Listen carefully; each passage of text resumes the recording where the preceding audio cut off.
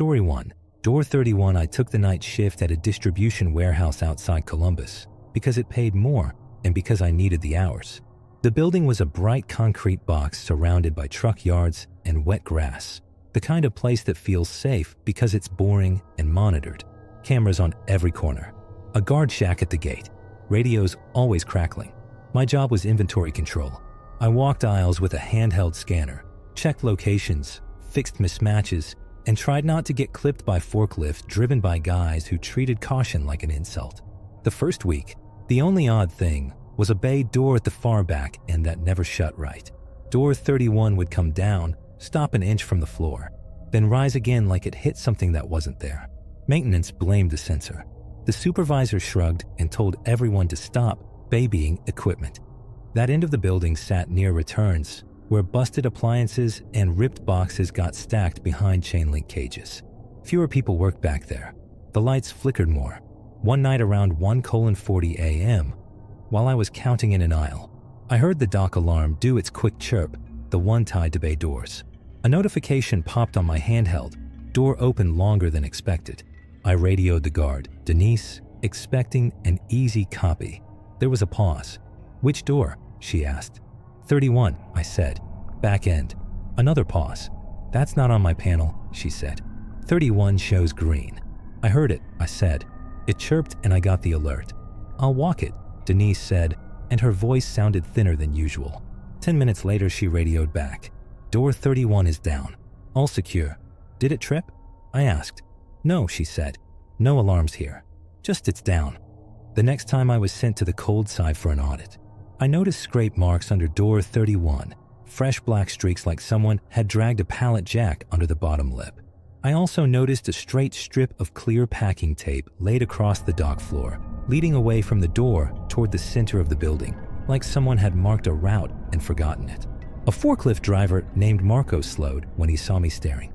"Don't mess with that door," he said, half joking. "Why?" I asked. He shrugged too hard. "It likes to open," he said, and drove off. A few nights later, the alarm chirped again while I was on break. The break room went quiet the second everyone heard it. Denise's voice came over the radio. "Who's closest to door 31? I realized I was the only one new enough to answer. "I'm in the break room," I said. "I can head that way." Denise hesitated. "If you go, don't go alone." I looked around for someone to volunteer. Nobody did. Marco wouldn't look up until I said his name out loud. He sighed like he'd lost an argument with himself and followed me. The farther we walked, the quieter the warehouse got. When we reached the docks, the orange alert light near door 31 was flashing. The bay door was down, but the indicator above it was red, like the system believed it was open. Denise's voice crackled. "I'm on the dock camera," she said. "I don't see you yet." "We're here," I said. "That can't be right," she said quickly. "I see door 31. I see the light. The area is empty." Marco stopped walking. "See," he muttered.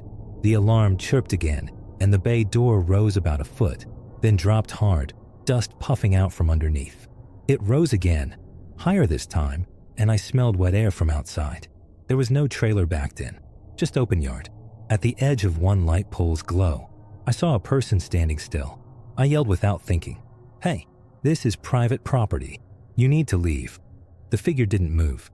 Marco grabbed my sleeve. "Don't," he hissed. Denise's voice went tight.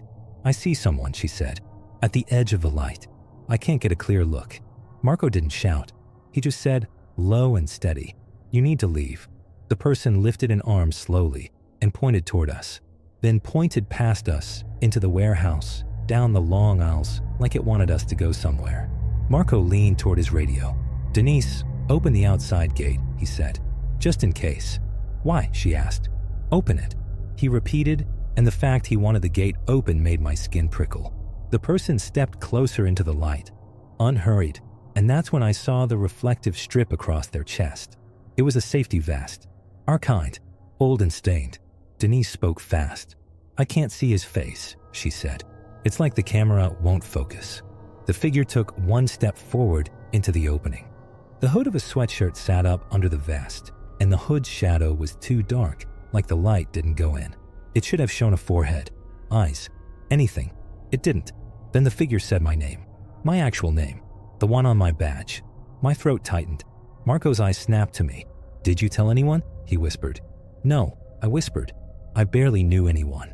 The figure tilted its head and said my name again, slower, like it was testing it. The sound was wrong in a normal way, like someone trying to speak through cloth. Marco slapped the side panel button to close the door. The motor whined. The door descended and touched the figure's shoulder. It hesitated, rose a fraction, then descended again, as if the system couldn't decide whether the obstruction was real. The figure lifted a hand and pressed its palm against the inside of the bay door. The skin looked shiny, slick, like it had been coated in glue.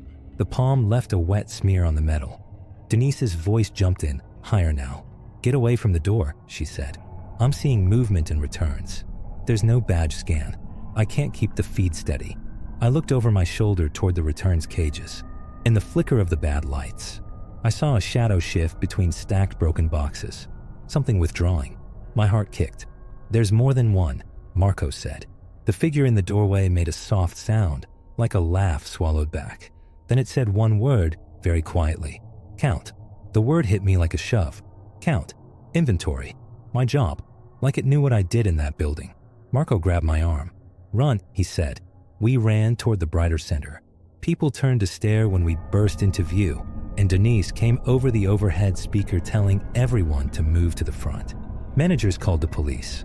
Cops arrived, walked the docks, and found door 31 stuck half open, but they found no person, no forced entry, nothing to explain the alerts. The only physical thing left was that straight path of clear packing tape on the dock floor and the shiny smear on the inside of the bay door. Management locked door 31 out and told us it would be repaired in the morning. Before Denise went back to the shack, she pulled me aside and spoke in a low rush. "When you first got there," she said, "the camera showed the dock and the flashing light, but where you and Marco were standing, it looked empty, like the image smoothed over you. And then, when you ran, it snapped back. The next night, my supervisor assigned me counts away from the docks, like distance could erase it. Around 3:10 a.m., my handheld buzzed with an inventory discrepancy, a negative count, impossible in our system. The location code popped up on the screen, D31, RAT 04. That location wasn't even supposed to be on my map. Under it, a note appeared, not formatted like our normal comments, just a single word, count.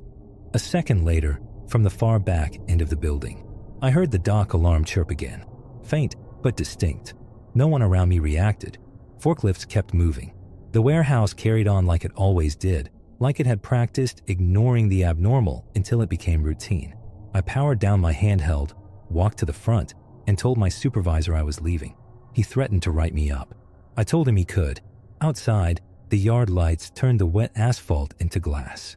As I unlocked my car, I caught a reflection in my side window, a bright horizontal line behind me, like a reflective strip.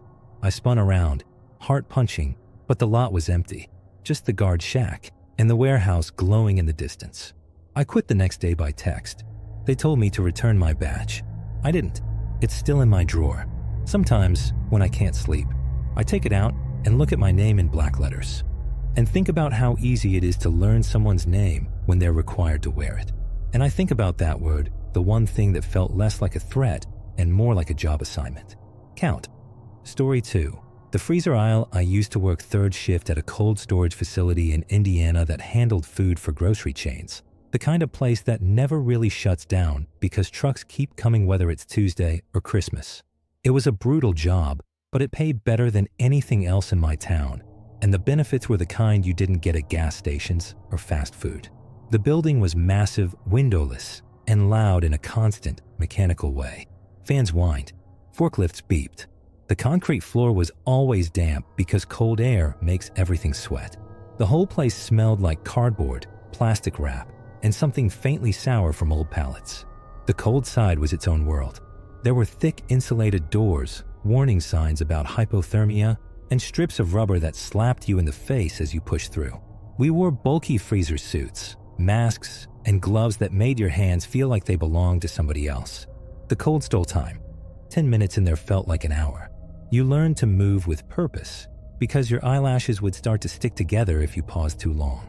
On my second week, I got assigned to a stretch of freezer aisles where the racks went so high the top disappeared into fog.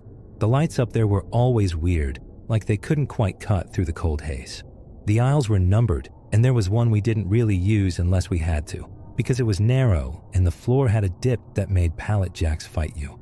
Everyone called it the freezer aisle. Officially it was just aisle 9, but nobody said that.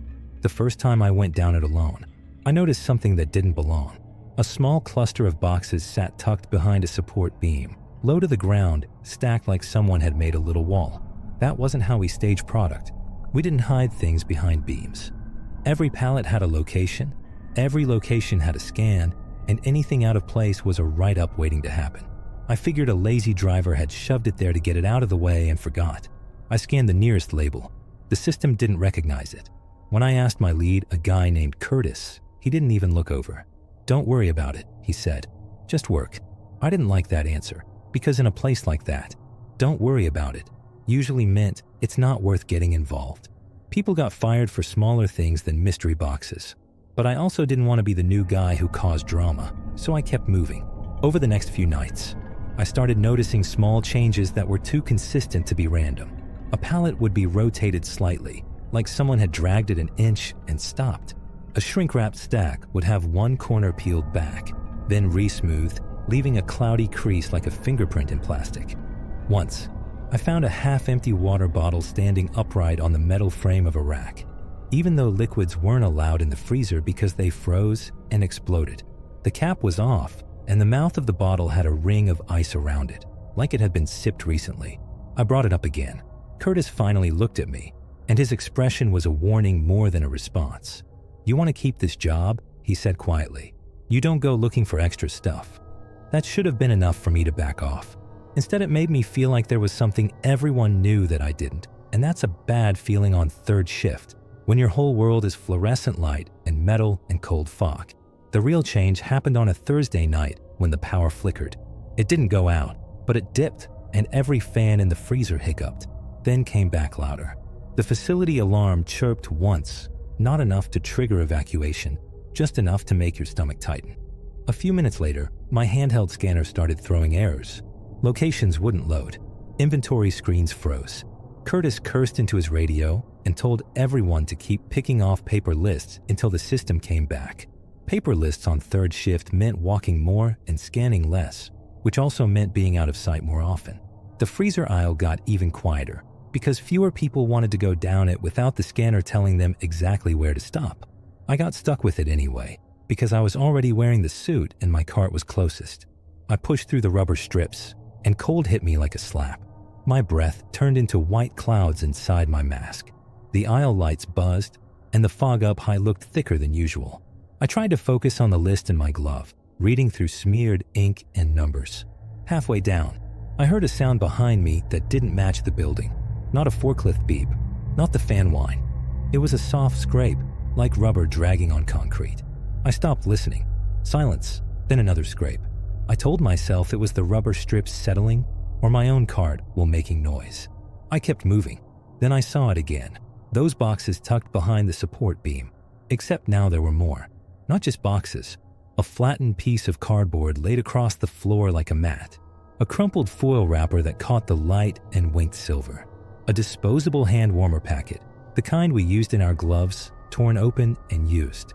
Someone had been sitting there. The thought made my chest tighten, because the freezer was not a place you sat unless you were working or you were doing something you didn't want seen. My eyes drifted up the rack, scanning for movement, and in that moment I realized something I'd never paid attention to before. The fire door at the far end of the aisle had a thin gap at the bottom where light should have been leaking from the lit corridor outside. There was no light. That door led to a short service hallway that connected to the loading side. It was supposed to be lit at all times. I stood very still, and the cold made my heartbeat feel loud in my ears. Another scrape, closer this time, and it wasn't behind me. It was to my left, coming from between the racks. I turned my head slowly, because I didn't want to do anything that would make me slip or drop my cart. In the narrow space between pallets, something shifted, not a shadow from the lights. A real shift, low to the ground, like someone crouched and moved their weight. I backed up, one step at a time, trying not to make noise. The cart squeaked anyway. The metal wheels hated the cold and complained whenever they rolled. A face appeared between two stacks of frozen boxes. It wasn't dramatic. It didn't lunge or grin. It just appeared the way a face appears when someone has been watching and decides you've come close enough to acknowledge. The skin was pale in the freezer light, and the eyebrows were crusted with frost like the person had been there long enough for moisture to freeze on them. They wore a company beanie, our company logo, but it looked older, faded, like it had been washed 100 times. Their eyes were red-rimmed and fixed on me in a way that didn't feel like curiosity. It felt like a calculation. I tried to speak, but my mouth was dry. My first instinct was to say, "Are you okay?" which is the dumbest thing people do when they're scared because it gives the other person power. The words caught in my throat. The face withdrew slightly, and a gloved hand came up to the rack beam. The glove was not a freezer glove. It was a thin work glove, the kind you'd wear in the dry side. That meant they hadn't come prepared to be in here long, which meant one of two things. Either they didn't care about the cold, or they weren't planning to be in here long tonight. I finally got my voice out. "Hey," I said, and it came out weak through the mask. "This area's restricted." The person didn't answer. They leaned forward just enough for me to see more of them, and I realized they were wearing a reflective vest under their jacket, but the vest didn't have a badge clip to it. No badge meant no access, or it meant they weren't supposed to be here anymore. My radio was on my shoulder. My gloved fingers felt clumsy and slow as I went for the button.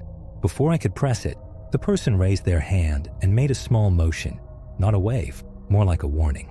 Then they spoke, and the sound of their voice inside that cold aisle made the hairs on my neck lift. "Don't," they said, quiet but firm, like we were having an argument they'd already won. I froze, not from the temperature, from the certainty in the word. It wasn't a threat with anger behind it. It was a threat with patience. I tried to back up again, and my boot caught the floor dip. The cart jerked. A box slid and thumped softly, and in that same second, the person moved. They didn't run. They stepped out from between the racks like they already knew the exact distance, like they'd measured it. They were taller than I'd thought, broad-shouldered under a jacket that looked too thin for the freezer. Their face was closer now, and I could see small cuts on their cheeks, red lines where cold air had split skin. Their eyes stayed locked on mine, and I realized they were not looking at my face. They were looking at the name patch on my chest. "New," they said as if tasting the word. "You don't know." My hand found the radio button. I pressed it hard. "Curtis," I said, voice shaking. "I'm in aisle 9. There's someone." The radio crackled, then went dead. Not silence. Dead. The little light that indicated transmit flickered once and went out. My stomach dropped. I tried again. Nothing. The person took another step closer. They were now close enough that I could smell them even through the cold, a faint oily sweat smell that didn't belong in freezing air. That meant they'd been in the dry side recently. That meant they weren't trapped in here. They were moving through the building. "What do you want?" I managed. They tilted their head, listening to the distant fans, like they were making sure nobody else was near. Then they reached into their jacket and pulled out my handheld scanner. My scanner, the one I'd been using before the system crashed. I stared, confused, because it had been on my cart. I had set it down while I checked the paper list. I hadn't even felt it go. They held it up so the screen faced me. The screen was dark, but when they pressed the button, it lit up for a second, showing a location code. Not a normal aisle bin, a maintenance code, a door code. They looked at me and said, "You're going to open it." I didn't understand at first. My brain kept trying to make it smaller, more reasonable. Maybe they wanted access to a storage cage. Maybe they were stealing. But the scanner wasn't for cages. It was tied to inventory and sometimes access points we weren't supposed to touch. The facility had a few secured areas where expired product and damaged returns got held before disposal. Those areas had locks and locks. You needed a badge and sometimes a scan to document entry. "I can't," I said, and I hated how childlike it sounded. They stepped even closer until the reflective strips on their vest caught the aisle light and flashed like eyes. "You can," they said, and the calmness of it was the worst part. "I've seen you. You scan everything. You do what the screen tells you." My breath came fast, fogging my mask. The cold started to bite through my suit because fear makes you forget you're cold until your fingers hurt. I thought about bolting, but the aisle was narrow, and the floor dip meant I could slip, and if I fell and they got on top of me in that freezer, No one would hear it over the fans in the distance. I tried to keep my voice steady. "Why are you here?" I asked. "Are you an employee?" They almost smiled, like that question amused them.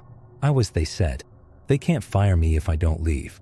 That sentence settled into my bones in a way that made my mouth go dry again. People joked about living at work, but this didn't feel like a joke. This felt like someone who had decided the building belonged to them. They angled the scanner toward the far end of the aisle, toward the fire door with no light under it. "Open," they said. I stared at that door, and suddenly I understood why there was no light. If the hallway light was out, it meant the breaker had tripped or someone had shut it off. Someone who knew where the electrical panels were. Someone who knew how to make sure a camera didn't get a clear image, or a radio didn't transmit, or a hallway stayed dark. The person leaned in slightly. "Don't make noise," they said, and finally there was a hint of anger. Noise brings people. I wanted people. I wanted forklifts and supervisors and security and bright lights. I wanted witnesses. But my radio was dead, and my phone, buried under layers of soot, would barely work in the freezer anyway. Even if it did, I couldn't call without them hearing me. I started walking slow toward the door. They followed a few steps behind, close enough that I could feel their presence like a second shadow. My boots squeaked. The fans whined. The air felt heavier with every step. At the door, there was a push bar. I put my gloved hand on it. The metal was so cold it felt like it burned. I paused, because opening that door meant stepping into a dark space with no cameras in my immediate view. No easy escape route. It felt like crossing a line. "Now," they said, right behind me. I pushed. The door opened with a soft suction sound, and cold fog rolled into the hallway beyond. It was pitch black, but not empty. I could smell warmer air, stale and used, like a closet that had been lived in. Something rustled in the darkness, a small sound like fabric shifting. My stomach turned. Behind me, the person said quietly, almost conversational, "They keep the stuff back here." I couldn't see what they meant, but the way they said stuff made it feel like more than food. Like secrets, like the kind of things that got locked up because people didn't want to deal with them. I took one step into the hallway, and the door began to swing shut behind me, heavy and slow. The person didn't follow. Instead, they caught the edge of the door with their hand and held it half open, keeping me in the black corridor while they stayed in the lit freezer aisle. "Go on," they said. "Look." I stood there, trapped between cold fog and darkness, staring into a space I couldn't understand. Then, from somewhere deeper in the hallway, I heard breathing. Not mine, not the fans. Human breathing, slow and deliberate, as if someone was standing still, listening to me. In that moment, I realized the person behind me wasn't alone. I jerked back instinctively, and my shoulder hit the door. The door shifted, and the person's hand slipped. The door swung wider for a second, and a sliver of freezer light cut into the hallway. It illuminated something that made my blood go hot despite the cold. There were blankets on the floor. Not freezer blankets. Real blankets, dirty and layered. There was a pile of clothing. There were empty food wrappers. And there was a face, half hidden behind a pallet, watching me from the dark, eyes reflecting the light like an animal's. Another person, crouched low, lips cracked, cheeks hollow. They didn't look surprised to see me. They looked like they'd been waiting. The door slammed shut with a heavy click, cutting off the light. Now I was in the hallway with them. My hands fumbled for the push bar, but the door didn't open. I pushed harder. Nothing. For a fraction of a second, my brain refused to accept it. The door should open from either side for safety. Fire code, training videos, big red letters. I shoved again, and the bar didn't give. It hit me then. The bar had been jammed. Disabled. Someone had rigged it so it looked normal but wouldn't move. Someone who understood how to trap a person without using a lock. In the black, the breathing got closer. I could hear fabric sliding over concrete. I could hear a faint clink, like metal tapping metal, careful and controlled. I backed away from the door into the darkness because my body was choosing distance over logic. My shoulder brushed a wall that felt warmer than it should have been, as if heat had been sitting there. My boots hit something soft, and I nearly fell. I reached down without thinking and touched fabric. A blanket, someone's nest. A voice whispered near my ear, so close I felt spit through the cold air. "You opened it," it said, and it sounded pleased. I snapped pure panic. I swung my arm wildly, trying to hit whoever was there. and my glove connected with something solid. A grunt, a thud. I lunged for the door again, slammed my body into it, and this time the push bar gave a fraction, just enough for the door to crack. Cold air blasted in, and a strip of light appeared. I shoved with everything I had. The door opened, and I fell into the freezer aisle on my knees, gasping. My eyes snapped up. The person who'd been behind me was gone. The aisle was empty except for my cart. The door began to swing closed on its own, slow and heavy. I scrambled up and jammed my boot in it, forcing it open again so I could see into the hallway. There was nothing, just blackness and the faint smell of stale warmth. The blankets were pulled back out of sight, like someone had yanked them away. The breathing was gone. I bolted down the aisle, not caring if I slipped, not caring if I got written up, and I ran until I hit the brighter center where forklifts were moving. I grabbed the first person I saw, a woman named Tasha, and tried to explain, words tumbling out, nonsense in my own ears. She stared at me, then at the freezer doors. "Your face is white," she said. "My radio's dead," I said. "Someone's in there. There's people." Curtis finally showed up, irritated like I'd interrupted his whole night. When I told him what happened, his expression didn't change the way I expected. He didn't look shocked. He looked resigned. He took my arm and pulled me aside. "You didn't see anything," he said quietly. "I saw blankets," I said. "I saw a guy. He trapped me in." Curtis's grip tightened. "Listen to me," he said. "If you say that out loud the wrong way, they shut this place down for inspections. People lose work. You'll be the reason. So you know," I said, and anger made my voice shake. "You know someone's living back there." Curtis exhaled through his nose. "They come and go," he said. "They're not supposed to be here. Security's supposed to handle it. Security doesn't want to. Management doesn't want to. Everybody wants to pretend the building is too big for it to happen. You want to be the hero, you do it on your own time." I told him we had to call the police. He shook his head. "You call," he said, "and you better be ready for them to ask why you were back there alone, why you opened a secure door, why your scanner was missing, why you didn't follow procedure. You think they're going to believe you, or you think they're going to see an employee who panicked and broke rules." That's what broke me more than the hallway did. The realization that the system didn't protect you. It protected itself. The building was a machine that needed bodies, and if something went wrong, it would grind you up and keep running. I didn't finish the shift. I went to the locker room, peeled off my freezer suit with shaking hands, and left.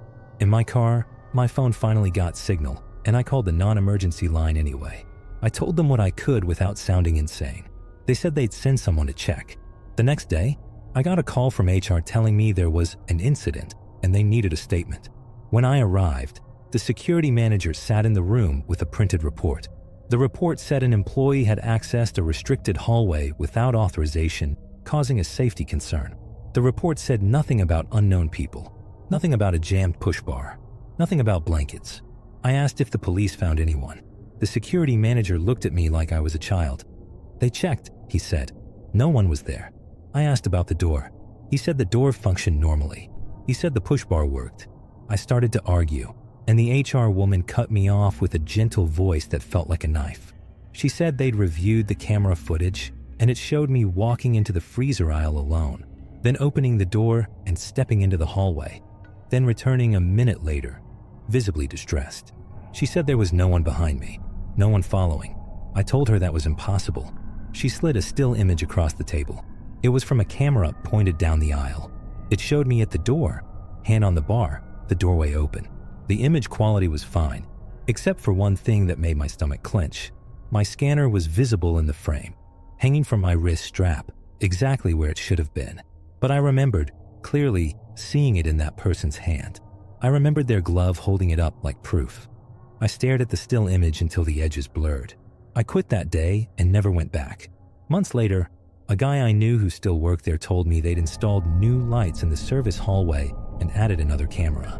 He told me the freezer aisle was back in use. He told me everyone acted like nothing had happened. Then he hesitated and said something I still think about when I wake up in the middle of the night. He said the new camera feed kept freezing for a half second at a time, always at the same spot, right where the door opened. And sometimes, when it froze, you could almost see an outline in the blur, like someone standing there, close enough to be in frame, but not close enough for the system to admit they were real. Story 3. The last room on County Road 6 I agreed to cover a weekend overnight at a roadside motel outside Tulsa because the regular night clerk's mother had a stroke. It was supposed to be simple.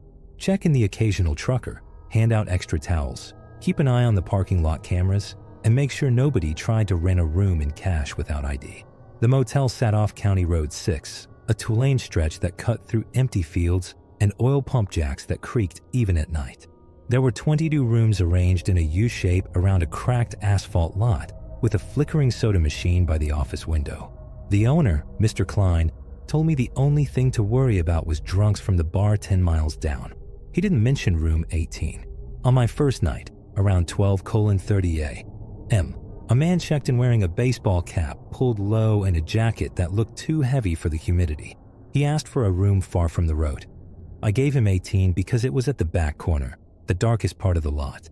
He paid in cash but handed over a valid Oklahoma ID without hesitation. His hands shook when he signed the card, and his eyes never quite met mine. I told myself he was just tired. About an hour later, the office phone rang. The caller ID showed room 18. I picked up and did the usual greeting. Silence answered. Not the normal dead air of a dropped call, but a quiet that felt occupied. I could hear faint breathing, slow and steady, like someone holding the phone close to their mouth. Room 18. I said. The breathing stopped. Then, very softly, a voice whispered, "He's here." I sat up straighter. "Sir, if you need assistance, I can." The line went dead. I tried calling back. It rang once and disconnected. I stared at the monitor that showed the parking lot camera. Room 18's curtains were closed. No movement. The truck parked outside, it hadn't changed position. I debated walking down there, but decided against it. Motel clerks are not security guards. If something was wrong, calling the police would be smarter. Before I could decide, the office door chimed, signaling someone entering. I jumped, hard hammering, but it was just a couple asking for a late check-in. I handled it, hands slightly shaky, and by the time they left with their key, I convinced myself the call was a prank or a misunderstanding. At 2:17 a.m., the phone rang again. Room 18. I let it ring twice before answering. This time there was no breathing, just a faint rustling, like fabric brushing against a wall. Then a sound I recognized instantly and hated, the click of a door handle being tested. Not the office door, a motel room door. "Sir," I set my voice thin. The whisper came again, closer to the receiver. "He's trying the doors." My eyes snapped to the parking lot monitor. The image was grainy but clear enough. I saw the U-shaped row of doors lit by weak yellow bulbs. For a second, nothing moved. Then, at the far end near room 12, a shadow shifted. A person stepped into view, walking slowly along the walkway, stopping at each door and gently pressing the handle. They weren't kicking. They weren't forcing entry. Just testing. Room 13. Pause. Room 14. Pause.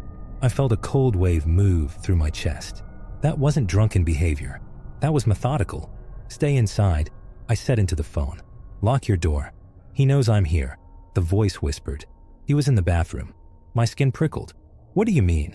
I came out. The voice said, trembling now. He was standing in the shower. The image on the monitor showed the figure reach room 16 and try the handle. The door didn't open.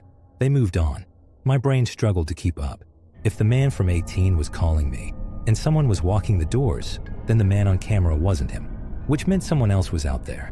"Call 911, I said, and I realized how absurd it sounded because I was the one at the desk with access to a landline. I grabbed the motel phone and dialed 911, while keeping my eyes glued to the screen. As it rang, the figure reached room 18. They stopped. For a long moment, they just stood there, facing the door. Then they leaned in close, like they were listening. The 911 operator answered, and I stumbled through the details. "There's someone trying door handles at the County Road Motel," I said. "They're at room 18 right now." As I spoke, the figure on the monitor lifted a hand and knocked once. My office phone crackled with a sound from the open line with room 18. The knock echoed faintly through it. "He's outside," the whisper said. "He's smiling." I watched the camera. The figure stepped back from the door and turned their head slightly, as if looking toward the office. Even through the grain, I felt the weight of that look. "Officers are en route," the 911 operator said. "Stay inside. Do not approach." The figure moved on to room 19. The phone line from 18 went silent. I hung up with 911 and tried calling 18 again. No answer. I considered locking the office and hiding in the back, but something kept me frozen in place. If the man in 18 had truly seen someone in his bathroom, that meant the person outside wasn't just testing doors. They had been inside a room. I switched camera angles to the side corridor that led to the back corner. The image flickered, then stabilized. The figure was now out of frame, somewhere beyond the camera's reach. Minutes stretched. No movement on the monitors. No more calls. Police lights finally washed blue and red across the asphalt. 2 patrol cars pulled in. Officers stepped out, hands near their belts, scanning the lot. I buzzed them into the office and told them everything, voice shaking. They knocked on room 18 first. No answer. They knocked again, louder. Silence. One officer walked to the window and tried to peer through the gap in the curtain. He shook his head. The other used a master key I handed over. The door opened inward. They stepped inside. I watched on the monitor, breath held. The room looked normal at first glance. Bedmate, bathroom light on. No obvious sign of struggle. Then one of the officers stepped back into the doorway and looked toward the office. "Call an ambulance," he said. My stomach dropped. They escorted me to the room despite my protests. I don't know why I followed. Maybe because part of me didn't believe it until I saw it. The man who had checked in was lying on the bathroom floor. His body was twisted awkwardly, eyes open and unfocused. There was no blood, no visible injuries, just a stillness that felt wrong. The officer said it looked like cardiac arrest, but what made my skin crawl wasn't his body. It was the shower. The curtain was pulled back. Inside the tub, pressed against the wall, were 2 wet footprints. Not his. He was still wearing his boots. Bare footprints. I pointed at them, my voice barely working. The officers exchanged looks. One stepped closer, frowning. "There's no water running," he said. "Tub's dry." The prints looked fresh, dark against the porcelain like they'd just been made. They were smaller than the dead man's feet. They photographed the scene, bagged what they could, and eventually removed the body. The coroner's preliminary assessment was heart failure. The officers asked if anyone else had been registered to the room. I told them no. I mentioned the figure on camera. They reviewed the footage with me in the office. The recording showed the parking lot. It showed the lights flickering slightly. It showed empty walkways. No one was testing door handles. No one knocked on room 18. At 2:17 a.m., the timestamp glitched for half a second. The image blurred, then resumed. The officers looked at me carefully. "Are you sure you didn't imagine it?" one asked gently. "It's late. Long shift." I felt heat rise in my face. "I called you," I said, "because I saw someone." They nodded, but their expressions said what they were thinking. After they left, the motel felt heavier. I locked the office door and sat staring at the monitors until sunrise. Every shadow looked like movement. Every flicker made my heart jump. The next afternoon, Mr. Klein called me into his office. He looked older than he had 2 days before. He asked me to recount everything again. When I mentioned the phone calls, he went quiet. "There was no outgoing call from 18 at 2:17, he said eventually. "Phone log shows nothing." "That's not possible," I said. I answered it. He rubbed his forehead. "There was a call," he said slowly, "but it came from inside the office. From your extension." My chest tightened. I didn't call myself. He slid the log across the desk. At 2:17 a.m., an outgoing call from the office phone to room 18. Duration, 42 seconds. I stared at the numbers, trying to force them to make sense. That night, I refused to work. I quit on the spot.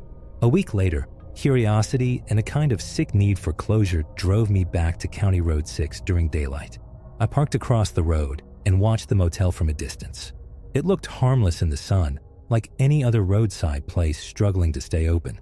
Room 18's door was open. Housekeeping was inside, stripping the bed. For a second, I considered walking over and asking if they'd found anything strange.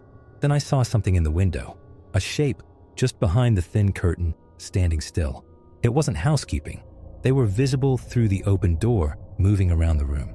This shape was inside the bathroom doorway, half hidden by the wall. Watching me, I blinked and it was gone. The curtain settled. I drove away and never went back. Months later, I heard from a former co-worker that another guest had died in room 18. Same cause, heart failure. No signs of struggle. They replaced the bathroom fixtures after that. New shower curtain. new tub. But the last thing my coworker said before we hung up has stayed with me in a way I can't shake. He said housekeeping complained that sometimes, when they cleaned room 18, they'd find the shower curtain closed tight, even though they were sure they'd left it open. And sometimes on the dry porcelain of the tub, there would be faint smudges that looked like the beginning of footprints. Story 4. The crawl space beneath my house. I bought my first house at 28 because it was cheaper than renting in my area of North Carolina. It was a small, single-story place built in the late 70s, set back from the road with a patchy yard and a leaning mailbox. The inspector said it was solid for its age. Minor foundation settling, old ductwork, nothing unusual. It had a crawl space instead of a basement, which I didn't love, but everyone told me that was normal around here. The first month was quiet. I painted the walls, replaced a ceiling fan, and got used to the sounds of a standalone house. When you grow up in apartments, every noise feels like a shared event. In a house, every sound belongs to you. Or at least that's what I thought. The first time I heard movement under the floor, it was around 1:30 a.m. I was in bed, half asleep, when something scraped beneath me. Not loud, just a dragging sound that traveled from the living room toward the hallway. I held my breath, waiting for it to repeat. It didn't. I told myself it was an animal. Squirrels, raccoons, maybe a stray cat that found its way under the house. Crawl spaces attract things. The next day, I checked the vents around the foundation. The metal grates looked intact. A week later, it happened again. This time it wasn't a scrape. It was a soft thud, like something bumping into a support beam. Then a slow shifting sound, deliberate and controlled. It moved beneath my bedroom, paused, then moved on. I sat upright in bed, heart pounding, listening. The house felt too still, like it was holding its breath with me. The next morning, I bought motion-activated cameras and installed one in the hallway, one in the living room, and one pointing at the crawl space access door in the laundry room. The access was a square cut into the floor, covered by a thin panel held down by two small screws. That night, I barely slept. At 2:11 a.m., my phone buzzed with a motion alert from the hallway camera. I opened the app, expecting to see my own shadow triggered by a glitch. The hallway was empty, but the motion icon was still flashing. I switched to the crawlspace camera. The panel looked the same as it had before, flush with the floor, screws in place. Then, slowly, the image shifted. The panel lifted a fraction of an inch from one corner. I stared at my phone, convinced it was compression distortion or lag. The corner lifted higher. The screw rolled off the edge and hit the laundry room tile with a tiny metallic tick. My breath caught in my throat. The panel didn't fly open. It rose slowly, controlled from below. A narrow, dark gap appeared between the floor and the wood. I couldn't see inside the crawl space. The camera angle was too high. A hand slid up through the gap. It was dirty, fingers streaked with soil, and something darker that might have been old grease. The nails were uneven, broken short. The hand gripped the edge of the panel and pushed it fully aside. The camera view tilted slightly as the panel leaned against the wall. I didn't move. I couldn't. My body felt locked in place as I watched my own house from my phone. The hand disappeared back into the crawl space. For a few seconds, nothing happened. Then a head emerged. The face was thin, cheeks hollow, hair matted flat against the skull. The skin looked pale in the camera's night mode. The eyes were open wide and reflective in the infrared light like an animal's. The person didn't climb out immediately. They lifted their head just enough to look around the laundry room. Then they smiled. It wasn't exaggerated. It was small and private, like they were pleased with something only they understood. They pulled themselves out fully, moving with unsettling familiarity, like they'd done it before. They stood in my laundry room, barefoot, wearing dark clothes that blended into the shadows. I realized something then that made my stomach drop. They weren't surprised by anything. They weren't looking around like a burglar scouting a new space. They were looking around like someone returning home. I forced myself out of bed and locked my bedroom door, though I knew how meaningless that was if someone was already inside the house. My hands shook so badly I nearly dropped my phone. On the camera, the person walked slowly down the hallway. They paused outside my bedroom door. I held my breath, pressing my back against the wall. The doorknob didn't turn. Instead, I heard something else. A soft knock. 3 gentle taps. I didn't respond. I couldn't. After a few seconds, the person stepped away and moved toward the living room. I watched them on the camera as they sat down on my couch. They leaned back, stretched their legs out, and stared at the television screen, which was off. They stayed there for almost 20 minutes, not moving, just sitting. At 2:46 a.m., they stood up, walked back to the laundry room, and disappeared into the crawl space. The panel slid back into place from below. One of the screws was missing. I didn't sleep at all. At dawn, I called the police. 2 officers arrived and did a sweep of the house. When I showed them the footage, their expressions shifted from polite concern to something sharper. They removed the crawl space panel and shined flashlights down into the darkness. The beam caught insulation, dirt, and concrete supports. Then it caught something else. Blankets. Not just one. Several, arranged in a lone nest between 2 beams. Empty water bottles. Canned food. A flashlight. Someone had been living under my house. The officers crawled partway in, but couldn't find anyone. The crawl space had a narrow opening at the back where old vent panels had rusted away.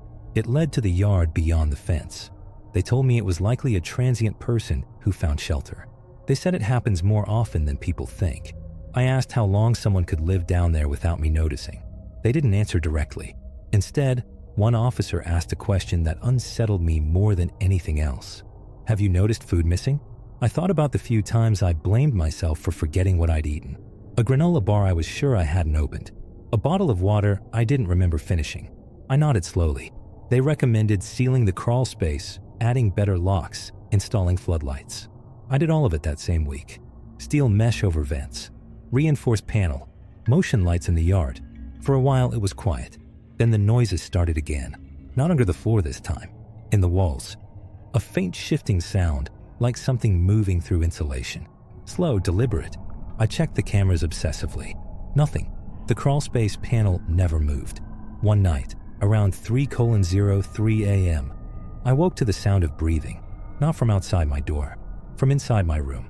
I sat up so fast I nearly fell off the bed. The room was dark except for the faint glow of the street light through the blinds. The breathing came from my closet. Slow, steady. I reached for my phone and turned on the flashlight. The closet door was closed. The breathing stopped. I forced myself to stand and step toward it. Every step felt wrong, like my body knew something my mind didn't want to accept. I grabbed the knob and pulled it open. Clothes, shoes, nothing else. I exhaled shakily, feeling ridiculous. Then I noticed something on the carpet. Dirt, a thin line of soil trailing from the back corner of the closet toward the center of the room. My eyes followed it. The trail stopped at the edge of my bed. I backed away slowly, heart hammering, and looked under the bed. Nothing, but the dust pattern was disturbed, like something had been dragged. I slept with the lights on after that. A week later, I decided to sell the house. I couldn't relax there anymore. Every creak felt intentional. Every shadow felt occupied. Before the listing went live, I checked the cameras one last time. At 1:58 a.m., the hallway camera triggered. The screen showed the hallway empty. Then at the bottom edge of the frame, just barely visible, a shape moved across the floor. Not standing, crawling, low and slow, hugging the wall, staying beneath the camera's main field of view. It stopped outside my bedroom door. The door handle turned gently. This time, it wasn't locked. I realized with a sickening lurch that I had forgotten to lock it that night. The handle turned halfway, stopped, then slowly returned to its original position. The shape retreated, sliding back down the hallway. I didn't move. I didn't breathe. At 2:07 a.m., the crawl space camera triggered. The panel didn't move. Instead, from the thin crack between the reinforced metal and the floor, something thin and dark slid out. A strip of paper. It fluttered to the tile. The camera caught it clearly before the motion alert ended. In the morning, I found the paper. It was torn from a piece of cardboard. On it, written in uneven block letters with what looked like a dull marker, were 3 words. You left it open. I moved out 2 days later. The new owners did a full renovation. They sealed the crawl space completely with concrete. New floors, new drywall, new insulation. 6 months after I sold it, I got a message from the realtor. The buyers had filed a complaint. They said at night they could hear something inside the walls. Not scratching, not animals. Movement, slow, deliberate. And sometimes around 2 a.m., they'd wake up to 3 soft knocks. Not on the front door, on their bedroom door. No more stories.